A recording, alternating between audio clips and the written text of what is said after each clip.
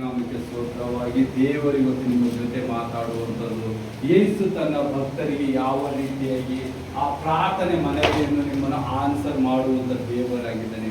ಆತನಿಗೆ ನೀವು ಮೊರೆ ಇಡುವಾಗ ಆತನು ನಿಮ್ಮನ್ನು ಯಾವ ರೀತಿಯಾಗಿ ಕರೆಯುತ್ತಾನೆ, ಯಾವ ರೀತಿಯಾಗಿ ನಿಮ್ಮನ್ನು ಬಿಡಿಸುತ್ತಾನೆ, ಯಾವ ರೀತಿಯಾಗಿ ಸಂಕಟ ಹೊರತರುವಂತ ಹೇಳಿ ದೇವರು ನಿಮ್ಮ ಜೊತೆ ಮಾತಾಡುವಂತನಿದ್ದಾನೆ. ಇಲ್ಲಿ ನಾವು ಬಹಳಷ್ಟು ನೋಡುವಂತರಾಗಿದೆ. ದೇವರು ಮಾಡಿದ ಕಾರ್ಯಗಳು ಎಷ್ಟೆಲ್ಲ ಇದೆ ಅಂದ್ರೆ ನಮಗೆ ವರ್ಣಿಸಲಾಗುವುದಿಲ್ಲ, ಅಷ್ಟೆಲ್ಲ ಅಂತ ಕಾರ್ಯ ಮಾಡ್ತಾನೆ. ನಮ್ಮ ಜೀವಿತದಲ್ಲಿ ಪ್ರತಿ ನಮಗೆ ಅಂತ ಕಾರ್ಯಗಳು ನಡೀತಾ ಇದ್ದಾವೆ. ಆತ್ಮಿಕವಾಗಿ ನಮಗೆ ಖಂಡಿತ ನಾವು ಉಸಿರು ಆಡುತ್ತಿರುವುದು ಇದು ಒಂದು ಮಹತ್ವ ಕಾರ್ಯ, ಇದು ಒಂದು ಅದ್ಭುತ ಕಾರ್ಯ. ಯಾಕಂದ್ರೆ ದೇವರು ನಮಗೆ ಪಟ್ಟಿದ ಉಡುಗೊರೆ ಇದು. ನಾವು ಉಸಿರು ಆಡ್ಬೇಕಾದ್ರೂ ಆತನ ಒಂದು ಇಚ್ಛೆ ಇರಬೇಕಾಗ್ತದ.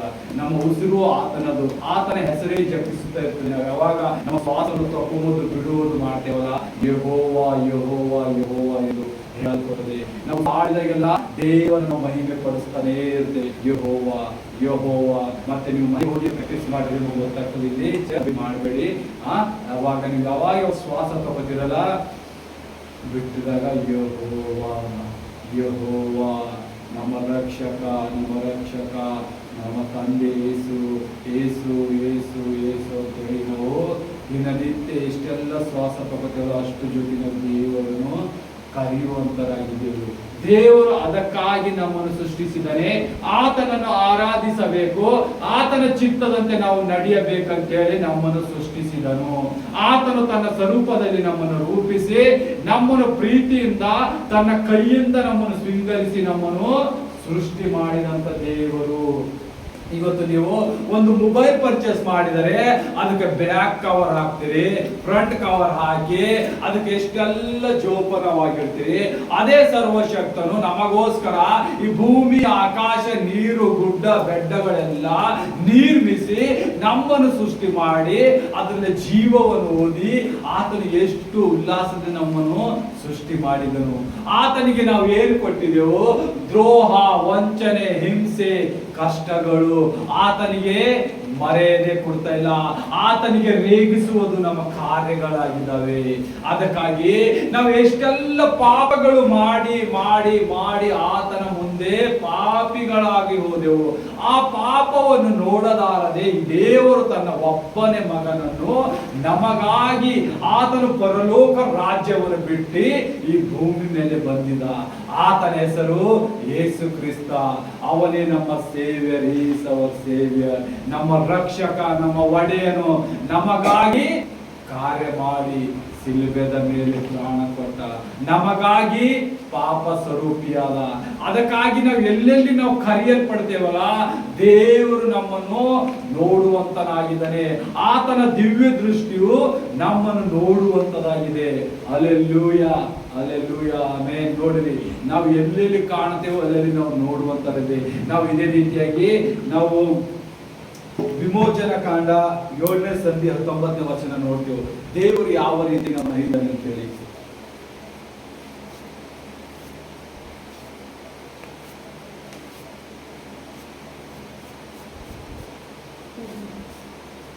ಯೆಹೋವನು ಮೋಶೆ ಸಂಗಡ ಮಾತಾಡಿ, ನೀನು ಅವನಿಗೆ ನಿನ್ನ ಕೋಲನ್ನು ತೆಗೆದುಕೊಂಡು ಐಗುಪ್ತ ದೇಶದಲ್ಲಿರುವ ಹೊಳೆ, ಕಾಲುವೆ, ಕೆರೆ, ಕೊಳ ಮೊದಲಾಗಿರುವ ಎಲ್ಲದರ ಮೇಲೆ ಅದನ್ನು ಹೇಳಬೇಕು. ನೋಡಿ, ದೇವರು ಇಲ್ಲಿ ಏನ್ ಮಾಡ್ತಾರ? ಐಗುಪ್ತದಿಂದ ಬರಮಾಡುವುದಾಗಿ ದೇವರಿಗೆ ಯಾರಿ ಮನವಿ ಇಟ್ಟಿದರು? ಯಾಕೆ ಐಗುಪ್ತರನ್ನು ಬಿಡಿಸಬೇಕಂತೇಳಿ ದೇವರು ಅಷ್ಟು ತವಕ ಪಡ್ತಿದ್ದನು? ಯಾಕೆ ಆತನ ಶಕ್ತಿಯಲ್ಲಿ ತೋರಿಸ್ತಾ ಇದ್ದನು? ಒಬ್ಬ ನಾರ್ಮಲ್ ಮನುಷ್ಯ, ಒಬ್ಬ ಯಾವ ರಾಜ್ಯನಾಗಿದ್ದ ಫಾರೋನನಿಗೆ ಆತನ ಶಕ್ತಿ ತೋರಿಸಬೇಕಂತ ಯಾಕೆ ಪುಸ್ತಕದಲ್ಲಿ ಆ ಮಹತ್ವ ಕಾರ್ಯಗಳು ಬರೆದಿದ್ದರು ಅಂತೇಳಿ ನಾವು ಯೋಚಿಸಬೇಕು. ಆ ಒಂದು ಮಾನವನಿಗೆ ಆತನೇ ಸೃಷ್ಟಿ ಮಾಡಿದ, ಅವನಿಗೆ ಮುಯ ತೀರಿಸುವುದಕ್ಕೆ ದೇವರಿಗೆ ಒಂದು ಕ್ಷಣ ಮಾತ್ರ ಆಗುವುದಿಲ್ಲ. ಆದರೂ ಆತನ ಆ ಫಾರೋನನ ಹೃದಯವನ್ನು ಕಠಿಣ ಮಾಡಿ ಮಾಡಿ ಮಾಡಿ ಆತನ ಶಕ್ತಿಯನ್ನು ತೋರಿಸುವಂತನಾಗಿದ್ದಾನೆ. ಯಾಕಂದ್ರೆ ಬರುವ ಲೋಕದಲ್ಲೆಲ್ಲ ಪ್ರಸಿದ್ಧರಾಗಬೇಕು. ದೇವರನ್ನು ಮರೆತು ವಿಗ್ರಾಧನೆಯಲ್ಲಿ ಮಾಟ ಮಂತ್ರದಲ್ಲಿ ವಶವಾಗಿ ಹೋಗುತ್ತಾ ಇದ್ದರು ಜನರೆಲ್ಲರೂ. ಅಂಧಕಾರ ಶಕ್ತಿಯಲ್ಲಿ ಹೆಚ್ಚಾಗಿ ಬೆಳೀತಾ ಇದ್ದರು. ಆ ಅಂಧಕಾರ ಶಕ್ತಿಯಿಂದ ನಿಜವಾದ ದೇವರು ನಮ್ಮನ್ನು ಯಾರು ಸೃಷ್ಟಿ ಮಾಡಿದರೆ, ಯಾರು ನಮ್ಮನ್ನು ನೋಡುವಂತರು ಅಂತ ಹೇಳಿ ಅರಿವೇ ಇಲ್ಲದಂಗೆ ಪ್ರಾಣಿಗಳಂತೆ ನಡೆಯುವಂತರಾಗಿದ್ದರು. ಆ ಸಮಯದಲ್ಲಿ ಮಾಟ ಮಂತ್ರದಿಂದ ಎಲ್ಲ ಕಾರ್ಯಗಳು ಮಾಡ್ತಾ ಇದ್ದಿದ್ದರು. ಆ ಮಾಟ ಮಂತ್ರದಿಂದ ಅಲ್ಲಿದ್ದ ಐಗುಪ್ತ ದೇಶವೆಲ್ಲ ಕೆಟ್ಟು ಹೋಗಿತ್ತು. ಅವರು ಇಲ್ಲದೆಲ್ಲ ಕಾರ್ಯಗಳು ಮಾಡ್ತಾ ಇದ್ದರು.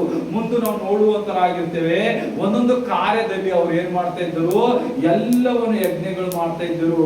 ನೀರು ಸಿಕ್ಕಿದ್ರೆ ನೀರಿಗೆ ಪೂಜಿಸುವುದು ಮಾಡ್ತಾ ಇದ್ದಿದ್ದರು. ಕಪ್ಪೆಗಳು ಬಂದರೆ ಕಪ್ಪೆಗಳಿಗೆ ಪೂಜೆ ಮಾಡ್ತಾ ಇದ್ದಿದ್ದರು. ಇವೆಲ್ಲವನ್ನು ನೋಡಿ ದೇವರಿಗೆ ಹೇಸಿಕೆ ಬಂತು. ಅದಕ್ಕಾಗಿ ದೇವರು ತನ್ನ ಶ್ರಮೆ, ಆತನ ಶಕ್ತಿಯನ್ನು ತೋರಿಸುವುದಕ್ಕಾಗಿ ಆ ಮೋಶೆಯನ್ನು ಆ ಐಗುಪ್ತದಲ್ಲಿ ಇದ್ದ ಇಸ್ರಾಯೇಲರನ್ನು ಬಿಡಿಸುವುದಕ್ಕಾಗಿ ತನ್ನ ಶಕ್ತಿ ಬಲವನ್ನು, ತನ್ನ ಭುಜ ಬಲವನ್ನು ತೋರಿಸುವುದಕ್ಕಾಗಿ ಆತನಿಗೆ ಕಾರ್ಯ ಮಾಡಿದ. ನೋಡಿರಿ, ದೇವರು ಮೋಶೆಗೆ ಏನ್ ಹೇಳ್ತಾರ, ನಿನ್ನ ಕೋಲು ತಕೊಂಡು ಹೋಗಿ ಎಲ್ಲೆಲ್ಲಿ ನೀರಿನ ಕವೆಗಳವೆ, ಗುಂಡಿಗಳವೆ, ನದಿಯುವ ನದಿ ಅದ, ನಿಂತಿದ್ದ ನೀರಲ್ಲಿ, ಅವರ ಮನೆಗಳಿದ್ದ ನೀರುಗಳಲ್ಲಿ ಅವ್ರು ಏನೇನು ಮಡಿಕೆದಾಗ ನೀರಿಟ್ಟಿದ್ರು, ಕಟ್ಕಿ ಪಾತ್ರೆದಲ್ಲಿ ನೀರಿಟ್ಟಿರಲ್ಲ, ಅವೆಲ್ಲಕ್ಕೆ ಏನ್ ಮಾಡಂತ ದೇವರು ಹೋಗಿ ಆ ನಿನ್ನ ಕೋಲು ಅದರ ಕೈಯಲ್ಲಿ ಆ ಪವಿತ್ರತದಿಂದ ಹೋಗಿ ಅದೆಲ್ಲ ಜಾಗದಲ್ಲಿ ತಿರುಗಾಡಿ ಅಲ್ಲೆಲ್ಲ ನಿನ್ನ ಕೋಲನ್ನು ಅಲ್ಲಿ ಸುತ್ತಾಡಿಸು, ಅಲ್ಲಿ ಬೀಸು ಅಂತ ಹೇಳುವಂತದಾಗಿ ಬರೆಯಲ್ಪಟ್ಟಿದೆ. ದೇವರು ಯಾಕೆ ಈ ರೀತಿ ಮಾಡ, ತನ್ನ ಬಲವಾದ ಶಕ್ತಿ ತೋರಿಸಿ ನಿಜವಾದ ದೇವರು, ನಿಜವಾದ ರಕ್ಷಕನು ಯಾರು ಅಂತೇಳಿ ತೋರಿಸುವುದಕ್ಕಾಗಿ. ಆಗ ಫಾರೋನನ ಬಳಿಗೆ ಹೋಗಿ ಅವರನ್ನು ಬಿಡದೆ ದೇವರು ಅವರ ಹೃದಯವನ್ನು ಕಠಿಣವಾಗಿ ಮಾಡಲ್ಪಡ್ತಾನೆ. ಎದಕ್ಕಾಗಿ ಕಠಿಣ ಮಾಡ್ತಾನೆ? ತನ್ನ ಶಕ್ತಿಯನ್ನು ತೋರಿಸುವುದಕ್ಕಾಗಿ. ಅವನು ಅರಿಯುವುದಿಲ್ಲ ಯೆಹೋವ ಅಂದ್ರೆ ಯಾರು, ದೇವರು, ಈ ದೇವರು ನನ್ನ ಅರಿಯಲ್ಲ ಅಂತ ಹೇಳ್ತಾನ. ಆದರೆ ಆತನು ಸರ್ವಶಕ್ತನು. ಆ ಫಾರೋನರು ಈ ಎಲ್ಲ ಬಹಳಷ್ಟು ಕಾರ್ಯ ಮಾಡ್ತಾನೆ. ದೇವ್ರು ಬಹಳಷ್ಟು ಮಹತ್ವ ಕಾರ್ಯಗಳು ಮಾಡಿ ಎಲ್ಲ ತೋರಿಸ್ತಾನೆ. ಆದ್ರೂ ಫಾರೋನನಿಗೆ ಏನ್ ಮಾಡ್ತಾನ, ತನ್ನ ಹೃದಯವನ್ನು ಕಠಿಣವಾಗಿ ಮಾಡಿಸ್ತಾನ. ಎಷ್ಟೆಲ್ಲ ಅದ್ಭುತ ಮಹತ್ವ ಕಾರ್ಯಗಳು ಮಾಡ್ತಾ ಇರ್ತಾನೆ ದೇವರು. ಮತ್ತೆ ಲಾಸ್ಟ್ ಅಲ್ಲಿ ಏನ್ ಮಾಡ್ತಾನ, ದೇವರು ಅವನ ಹೃದಯ ಕಠಿಣ ಮಾಡ್ತಾನೆ. ಯಾಕಂದ್ರೆ ಈ ಲೋಕಕ್ಕೆಲ್ಲ ತಿಳಿಬೇಕಾಗಿದ್ದು ಸರ್ವಶಕ್ತನಾದ ದೇವರು ಒಬ್ಬನೇ, ಆತನೇ ಯೇಸು ಕ್ರಿಸ್ತ ಅಂತ ಹೇಳುವುದಕ್ಕಾಗಿ. ಆ ನೀರಲ್ಲಿ ಅವ ಹೋಗಿ ಏನಂತಾರ, ನೀ ಫಾರೋನನ ಬಳಿ ಹೋಗು, ನಿನಗೆ ಕೊಟ್ಟಿದ್ದ ಕೋಲನ್ನು ಆ ನೈಲ ನದಿಯಲ್ಲಿ ಹೊಡೆದಿದ್ದಾಗ ಆ ನೈಲ ನದಿಯಿಂದ ಎಲ್ಲೆಲ್ಲಿ ನೀರುಗಳಿದ್ದಾವಲ್ಲ ಅವ್ರ ಮನೆಯಲ್ಲಿ ಇಟ್ಟಿದ್ದ ನೀರು ಸುದಕ ಏನಾಗ್ತಾವ, ರಕ್ತವಾಗಿ ಮಾರ್ಪಡ್ತದ ಅಂತ ಹೇಳ್ತಾನೆ ದೇವರು. ಅದೇ ರೀತಿಯಾಗಿ ಆತನ ಶಕ್ತಿ ತೋರಿಸುವಂತರಾಗಿದ್ದಾನೆ ದೇವರು. ಇವತ್ತು ನಿಮ್ಮ ಪಾಪದಲ್ಲಿ ನೀವೇ ಬಿದ್ದು ನೀವೇ ನನಗೆ ಯಾರು ನೋಡುವರು ಅಂತ ಹೇಳಿ ಕೂಡ ಬೇಡದು. ನಿಮಗಾಗಿ ನೋಡುವಂತ ದೇವರು ಯೇಸು ಕ್ರಿಸ್ತ ನಿಮ್ಮಲ್ಲಿ ಬಂದಿದ್ದಾನೆ. ಆತನಿಗೆ ನೀವು ಯಾವಾಗ ಆಯ್ಕೆ ಮಾಡಿ, ಯೇಸು ಯಾವ ರೀತಿಯಾಗಿ ದೇವರು ಅವರಿಗೆ ಅಪ್ಪಣೆ ಕೊಟ್ಟ, ನೀನು ನೈಲ ನದಿಯಲ್ಲಿ ನಿನ್ನ ಕೋಲು ಹೊಡೆದಾಗ ಅದೆಲ್ಲ ರಕ್ತವಾಗುತ್ತದೆ, ಅವನು ನಿಮ್ಮನ್ನು ಬಿಡುವಂತನಾಗಿರುತ್ತದೆ. ಆದರೆ ನಾವು ಈ ಜೀವನದಲ್ಲಿ ಏನ್ ಮಾಡ್ತೀವಿ, ಯೇಸುವಿನ ಪವಿತ್ರಾತ್ಮವು ನಮ್ಮ ಹತ್ರ ಇದ್ದರು ನಾವು ನೋಡಲಾರದೆ ನಾವು ಪಾಪದಲ್ಲಿ ಬೀಳ್ತಾ ಇದ್ದೇವೆ. ಆ ಕೋಲೆ ಪವಿತ್ರಾತ್ಮ ದೇವರಾಗಿದ್ದಾರೆ.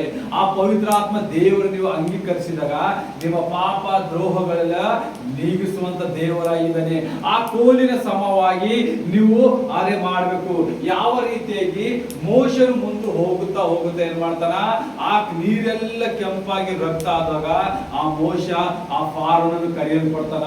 ಆಯ್ತು, ನಾನು ನಿನ್ನ ದೇವರಿಗೆ 3 ದಿವಸ ಏನ್ ಮಾಡಕ, ಯಜ್ಞ ಮಾಡುವುದಕ್ಕಾಗಿ ಮತ್ತೆ ವರ್ಷಿಪ್ ಮಾಡುವುದಕ್ಕಾಗಿ, ಆರಾಧಿಸುವುದಕ್ಕಾಗಿ ನಿಮ್ಮನ್ನು ಬಿಡಲ್ಪಡ್ತೇನೆ ಅಂತ ಹೇಳಿದಾಗ ಅವನು ಮೋಶ ಬಂದು ಮತ್ತೆ ದೇವರ ಸಮ್ಮುಖದಲ್ಲಿ, ಯೇಸುವಿನ ಸಮ್ಮುಖದಲ್ಲಿ ಪ್ರಾರ್ಥಿಸ್ತಾನೆ.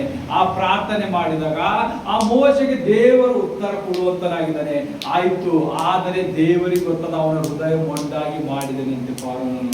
ಅದೇ ರೀತಿಯಾಗಿ ನಾವು ಇವತ್ತು ಯಾವ್ದಾದ್ರು ಕೆಲಸಗಳು ಮಾಡ್ತೇವಲ್ಲ, ನಾವು ದೇವರ ಭಯ ಭಕ್ತಿ ಏನಿರಲ್ಲ. ಆ ಫಾರೋನನ ಹೃದಯ ಕಠಿಣ ಮಾಡೋದಕ್ಕಿಂತ ಮೊದಲು ಈ ಇಸ್ರಾಯೇಲ್ ಜನರು ಏನಿದಿರಲ್ಲ, ಅವರು ಒಂದು ಮನಸ್ಸಾಗಿದ್ದಿಲ್ಲ, ಅವರು ದೇವರನ್ನ ಅರಿತಾ ಇಲ್ಲ. ಯಾಕಂದ್ರೆ ಅವರು ಇಸ್ರಾಯೇಲ್ ಅವ್ರು ಎಂದು ಕಾನಾನ್ ದೇಶದಿಂದ ಬಂದು ಈಜಿಪ್ಟ್ ಅಲ್ಲಿ 400 ವರ್ಷ ಗುಲಾಮರಾಗಿದ್ದಾಗ ಅವರು ದೇವರ ಮೇಲಿದ್ದ ನಂಬಿಕೆ ಕಳ್ಕೊಂಡು ವಿಗ್ರಾಧನೆ ಮಾಡುವುದರಲ್ಲಿ, ಮಾಟ ಮಂತ್ರ ಮಾಡುವವರ ಜೊತೆ ಇತ್ತು. ಅರ್ಧ ಅರ್ಧ ಆಗಿದರು. ಅಂದ್ರೆ ಅರ್ಧ ಜನ ದೇವರನ್ನು ಸ್ತುತಿಸ್ತಾ ಇದ್ದರು, ಅರ್ಧ ಜನರು ದೇವರನ್ನು ತಿರಸ್ಕರಿಸ್ತಾ ಇದ್ದರು, ಅರ್ಧ ಜನ ಮೋಶೆ ಮಾತು ಕೇಳ್ತಾ ಇದ್ದಿಲ್ಲ, ಅರ್ಧ ಜನರ ಹೇಳಿಗಳಂತೆ ಹಿಂದೆ ಹೋಗ್ತಾ ಇದ್ದಿದ್ದರು. ಆದರೆ ದೇವರಲ್ಲಿ ಕಾರ್ಯ ಮಾಡ್ದ. ಮತ್ತೆ ಪಾರನ್ನು ಕಟ್ಟಿದಾಗ ಮತ್ತೆ ಮೋಶೆಯನ್ನು ದೇವರು ಮಾತಾಡ್ತಾನೆ, ಹೋಗು ಆ ಪಾರನ ಬಳಿಗೆ ಹೋಗು. ಎಲ್ಲಿ? ಅವಾಗ ಮುಂಜಾನೆ ಜಾವ. ದೇವರು ಏನೇ ಕಾರ್ಯ ಮಾಡಿಸಿದರು ಮೋಶೆನ ಕೈಯಿಂದ ಮುಂಜಾನೆ ಜಾವದಲ್ಲಿ. ಅದೇ ನಾವು ಯೇಸು ಕ್ರಿಸ್ತನನ್ನು ನೋಡ್ತೇವೆ. ಎಲ್ಲಿ ಬರ್ತಾರ? ಮುಂಜಾನೆ ಜಾವದಲ್ಲಿ ಎದ್ದೇಳುವಂತ ದೇವರಾಗಿದ್ದಾನೆ. ಮುಂಜಾನೆ ಜಾವದಲ್ಲಿ ನೀರಿನ ಮೇಲೆ ನಡೆಯುವಂತನಾಗಿದ್ದಾನೆ. ಮುಂಜಾನೆ ಜಾವದಲ್ಲಿ ಯಾಕೋಬನಿಗೆ ಆಶೀರ್ವಾದ ಮಾಡಿದವನಾಗಿದ್ದಾನೆ. ನೋಡಿರಿ, ಆದಿಯಿಂದ ನಾವು ಪ್ರಕಟಣೆವರೆಗೆ ನೋಡ್ತೇವೆ. ದೇವರು ಏನ್ ಮಾಡಿದಿನ? ಮುಂಜಾನೆ ಜಾವದಲ್ಲಿ 3, 4, 5 ಗಂಟೆದಲ್ಲಿ ಏನ್ ಮಾಡ್ತಾನೆ? ದೇವರು ಆತನು ಬರುವಂತನಾಗಿದ್ದಾನೆ. ನೀವು ಯಾವ್ದು ರೋಗದಲ್ಲಿ, ಅನಾರೋಗದಲ್ಲಿ, ನಿಮ್ಮ ಕಷ್ಟ ದುಃಖಗಳು ಎಷ್ಟೇ ಇರಲಿ ಅವೆಲ್ಲ ನೀಗಬೇಕಾದ್ರ ಮುಂಜಾನೆ ಪ್ರಾರ್ಥನೆ ಮಾಡಬೇಕು. ನೀವು ಮಸ್ಕಿನದಲ್ಲಿ ಎದ್ದು ದೇವರಿಗೆ ಬಣವಿಡಬೇಕು. ನಿಮ್ಮ ಪ್ರಾರ್ಥನೆ ವಿಜ್ಞಾಪನೆ ಮಾಡಬೇಕು. ಅವಾಗ ಮಾತ್ರ ನಿಮ್ಮನ್ನು ಮುಂದೆ ನಡೆಸಲ್ಪಡುತ್ತದೆ. ನೀವು ದೇವರ ಮಾರ್ಗದಲ್ಲಿ ನಿಲ್ಲುವಂತರಾಗುತ್ತೀರಿ. ಹಾಗಾಗಿ ದೇವರು ಮತ್ತೆ ಎರಡನೇದಾಗಿ ಏನ್ ಮಾಡ್ತಾನ? ಆ ದೇಶದ ಮೇಲೆ ಕಪ್ಪೆಗಳನ್ನು ಬರಮಾಡ್ತಾನೆ. ಆ ದೇಶದಲ್ಲಿ ಇರಲಾರದಷ್ಟು ಕಪ್ಪೆಗಳು ಅವರ ಬೆಡ್ರೂಮ್ ಅಲ್ಲಿ, ಅವರು ಊಟ ಮಾಡುವ ಜಾಗದಲ್ಲಿ, ಅವರು ಊಟ ಮಾಡುವ ಗಂಗಾಳದಲ್ಲಿ ಸುದಕ ಕಪ್ಪೆಗಳು, ಎಲ್ಲ ದೌಷ್ಯ ದಾಣಗಳಿಗೆ ಕಪ್ಪೆಗಳು ಕಪ್ಪೆ ತುಂಬಿಸ್ತಾನೆ. ಯಾಕಂದ್ರೆ ಆತನು ಮತ್ತೆ ಏನ್ ಮಾಡ್ತಾನೆ? ವಿಧೇಯತೆ, ದೇವರ ಆಜ್ಞೆಗೆ ಆ ವಿಧೇಯತೆ ಆಗ್ತಾನೆ. ಇವತ್ತು ನಾವು ದೇವರ ಆಜ್ಞೆಗೆ ಆ ವಿಧೇಯತೆ ಆದಾಗ ನಮಗ ದುರಾತ್ಮನಿಗೆಲ್ಲ ಕಷ್ಟಗಳು ಬರುವಂತೆ ಮಾಡ್ತಾನ. ಅದಕ್ಕೆ ದೇವರೇನಂತಾನ? ನನ್ನ ಮಾತಿನ ಮೇಲೆ ಸ್ಥಿರಚಿತ್ತವಾಗಿರಲಿ. ಆವಾಗ ಮತ್ತೆ ಫಾರೋನನ್ನು ಮೋಶೆ ಕರೆಸ್ತಾನ. ಆಯ್ತು, ನಿಮ್ಮ ದೇವರಿಗೆ ಆರಾಧನೆ ಮಾಡುವುದಕ್ಕೆ ನಾನು ನಿಮಗೆ ಹೋಗೋ ಕೊಡಿಸ್ದೆ, ನಿನ್ನ ದೇವರಿಗೆ ಪ್ರಾರ್ಥನೆ ಮಾಡುವೆಲ್ಲ ಹೋಗುವಂತೆ. ಅದರಲ್ಲಿ ಇನ್ನೊಂದು ಮಾತಿದೆ, ಅದೇ ಮಂತ್ರವಾದಿಗಳು ಏನಿರ್ತಾರಲ್ಲ ಅಲ್ಲಿ ಆ ದೇಶದಲ್ಲಿ, ಅವರು ಬಂದು ಅದೇ ರೀತಿಯಾಗಿ ಕಪ್ಪೆಗಳೆಲ್ಲ ಮಾರ್ಪಡಿಸ್ತಾರೆ. ಅವಾಗ ಫಾರೋನ ಏನ್ ಮಾಡ್ತಾನ? ಒಪ್ಪಿಕೊಳ್ಳುತ್ತಾನ. ಓಯ್ ನೋಡಿ, ಇವರು ಮಂತ್ರವಾದಿಗಳು ಮಾಡ್ತೋಷರ, ಇದೇನ್ ದೊಡ್ಡ ಕಾರ್ಯ ಅದ, ಇದೇನ್ ದೊಡ್ಡದಿಲ್ಲ ಅಂತ ಹೇಳಿ ಮತ್ತೆ ಒಪ್ಪಿಕೊಳ್ಳುತ್ತಾನ. ದೇವರು ಅಲ್ಲಿಗೆ ನಿಲ್ಲಲ್ಲ. ಅಲ್ಲಿಂದ ಮತ್ತೆ ಏನ್ ಮಾಡ್ತಾನ? ದೇವರು ಮತ್ತೊಂದು ಪ್ರಸಾದ ಕೋಪಗಳು ಹಾಕಲ್ಪಡ್ತಾನ. ಆ ಕೋಪ ಹಾಕಿದಾಗ ಏನ್ ಮಾಡ್ತಾನ? ಹುಳಗಳು ಬಿಡ್ತಾನ. ಹುಳಗಳು, ಕ್ರಿಮಿ ಕೀಟಗಳು ಬಿಟ್ಟು ಬಿಡ್ತಾನ. ಸಣ್ಣ ಸಣ್ಣ ದ್ವಾಮಿಗಳು.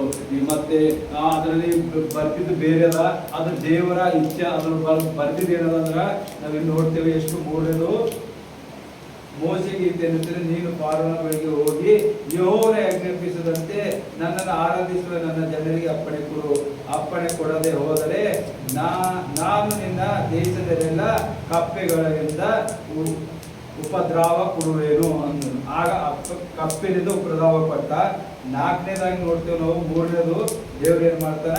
ಹೇನು ಮುಂತಾದ ಹುಳಗಳು.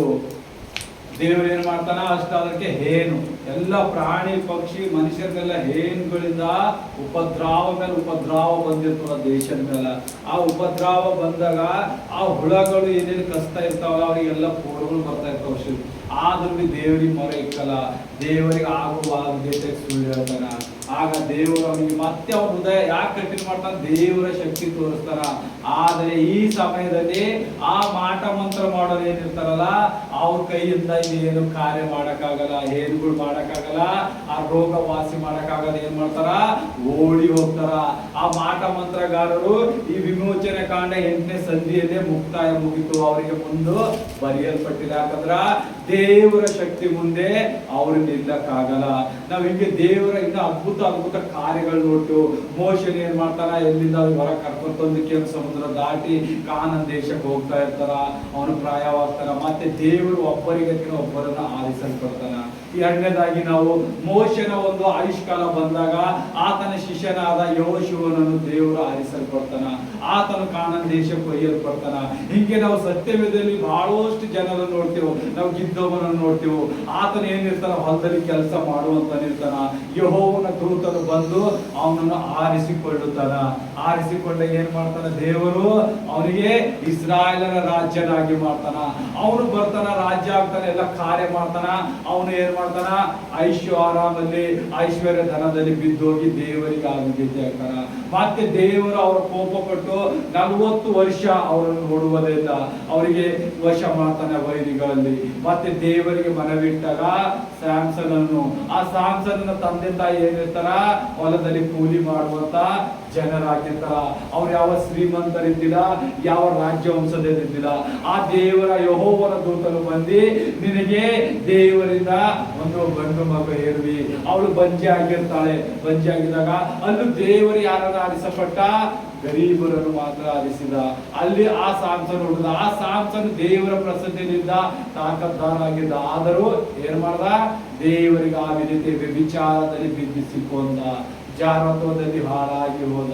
ನೋಡ್ರಿ, ದೇವರು ಯಾರ್ಯಾರನ್ನ ಆರಿಸಲ್ಪಟ್ಟಿದ್ದಲ್ಲ ಅವರೆಲ್ಲ ಯಾವುದೋ ಒಂದು ದುರಾತ್ಮನ ಕಾರ್ಯದಲ್ಲಿ ಸಿಲುಕಿ ಹಾಳಾಗಿ ಹೋಗ್ತಾ ಇದ್ದರು. ಇವಾಗ ನಮ್ಮನ್ನು ಯೇಸು ನಡೆಸುವಂತ ದೇವರಾಗಿದ್ದಾನೆ. ಆ ಕಾಲದಲ್ಲಿ ಯೇಸು ನೀವು ಬೇಡಿದಾಗ ನಿಮ್ ಬಳಿ ನಿಲ್ಲುವಂತನಾಗಿದ್ದಾನೆ. ಆದ್ರೆ ನೀವೇನ್ ಮಾಡ್ತೀರಿ, ದೇವರಿಗೆ ತಿರಸ್ಕಾರ ಮಾಡುತ್ತೀರಿ. ನೀವು ಎಷ್ಟೆಲ್ಲ ದೇವರಿಗೆ ಕಾರ್ಯ ಮಾಡಿದ್ರು ದೇವರಲ್ಲಿ ತಿರಸ್ಕಾರ ಹೆಚ್ಚಾಗ್ತಾ ಇದೆ. ಯಾಕಂದ್ರ ನಿಮ್ಮ ದಿನನಿತ್ಯದ ಕಾರ್ಯದಲ್ಲಿ ನೀವು ಹೆಚ್ಚಾಗಿ ನಡೀತಾ ಇದ್ದೀರಿ. ಯೇಸುವಿಗೆ ಜಾಗನೇ ಇಲ್ಲ ನಿಮ್ಮಲ್ಲಿ. ನಾವು ಎಷ್ಟೇ ನೋಡ್ತಾ ಇದ್ದೀರಿ, ಯಾವ್ದಾರ ಹಬ್ಬಗಳು ಬರಲಿ, ಜಾತ್ರೆಗಳು ಬರಲಿ, ಅಲ್ಲಿ ಬಹಳಷ್ಟು ಜನ ಇರ್ತಾರ. ಅದೇ ಚರ್ಚ್ಗಳಲ್ಲಿ ಹೋಗ್ಲಿ, ಎಲ್ಲ ಚರ್ಚ್ಗಳು ಖಾಲಿಯಾಗಿರ್ತವೆ. 10 ಜನ 20 ಜನ, ಯಾವುದೋ ಒಂದೊಂದು ಚರ್ಚಲ್ಲಿ ಜಾಸ್ತಿ ಜನ ಇರ್ತಾರ. ಉಳಿದ ಎಲ್ಲ ಸಭೆಗಳಲ್ಲಿ 10 ಜನ 20 ಜನ. ಉಳಿದರವರ ಎಲ್ಲಿ, ಅದೇ ಕ್ರಿಸ್ಮಸ್ ಬರಲಿ, ಅದೇ ಬೇರೆ ಹಬ್ಬಗಳು ಬರಲಿ, ಜಾತ್ರೆಗಳು ಬರಲಿ, ಲಕ್ಷ ಗಂಟೆ ಜನರು ಸೇರುವಂತರಾಗಿದ್ದಾರೆ. ಆದರೆ ಯಾವುದಾದ್ರೂ ಉನ್ನತ ಆಗ್ತದಂತೇಳಿ ಯಾರಾದ್ರೂ ಸಭಿಕರು ಬಂದು ಪ್ರೇಯರ್ ಮೀಟಿಂಗ್ ಮಾಡಿದಾಗ ಜನರೆಲ್ಲ ತುಂಬುತ್ತಾರೆ. ಯಾಕಂದ್ರೆ ಒಂದೇ ದಿವಸದಲ್ಲಿ ಆಶೀರ್ವಾದ ಬೇಕು ಅವರಿಗೆ, ಮತ್ತು ಬಾಕಿ ದಿವಸದಲ್ಲೆಲ್ಲ ತನ್ನ ಮನಸ್ಸಿಗೆ ಬಂದಂತೆ ನಡೆಯುವಂತರಾಗಿದ್ದಾರೆ. ಹಾಗಾಗಿ ಪ್ರಿಯ ಜನರೇ, ಯೇಸುವನ್ನು ಪರೀಕ್ಷಿಸಬಾರದು. ಆತನು ಪರೀಕ್ಷಿಸುವ ವಸ್ತುವಲ್ಲ. ಆತ ನಿಮಗಾಗಿ ಎಷ್ಟೆಲ್ಲ ನೋವು ಪಟ್ಟಿದ್ದಾನೆ, ಎಷ್ಟೆಲ್ಲ ಕಷ್ಟಪಟ್ಟಿದ್ದಾನೆ. ಆತನಿಗೆ ನೀವು ಸಮ್ಮುಖದಲ್ಲಿ ನಡಿಬೇಕು, ಆತನಿಗೆ ಮನವಿ ಮಾಡಬೇಕು, ಆತನಲ್ಲಿ ಬಲವಾಗಿ ನೀವು ಹೇಳಬೇಕು. ದುರಾತ್ಮನಿಗೆ ನಾಶವಾಗುವಂತೆ ಕಾರ್ಯ ಮಾಡಬೇಕು. ಎಲ್ಲಿವರೆಗೆ ನೀವು ದುರಾತ್ಮನನ್ನು ತುಳಿಯುವುದಿಲ್ಲ, ಅಲ್ಲಿವರೆಗೆ ನಿಮ್ಮಲ್ಲಿ ಹೊಸ ಬಲ ತೇರುವುದಕ್ಕಾಗಿಲ್ಲ. ಯಾಕಂದ್ರೆ ದುರಾತ್ಮನ ತುಳಿಯುವುದಂದ್ರೆ ಒಂದೇ ಕಾರ್ಯದ, ನೀವು ಪಶ್ಚಾತ್ತಾಪ ಪಡಬೇಕು. ನಿಮ್ಮ ಪಾಪಗಳು ಏನೇನೇ ಮಾಡಿದ್ರೆ, ದೊಡ್ಡದೋ ಸಣ್ಣದ ಯಾವುದೇ ಪಾಪವಾಗಿರಲಿ, ಪಶ್ಚಾತ್ತಾಪ ಪಟ್ಟು ಆತನಲ್ಲಿ ಮನವಿ ಇಟ್ಟು ಪ್ರಾರ್ಥಿಸಬೇಕು. ಅವಾಗ ನೀವು ಪಶ್ಚಾತ್ತಾಪ ಸಿಕ್ಕಿದಾಗ ದೇವರು ನಿಮ್ಮನ್ನು ನೋಡಿ ನಿಮ್ಮನ್ನು ಉನ್ನತವಾಗಿ ಎಬ್ಬಿಸುವಂತನಾಗಿದ್ದಾನೆ.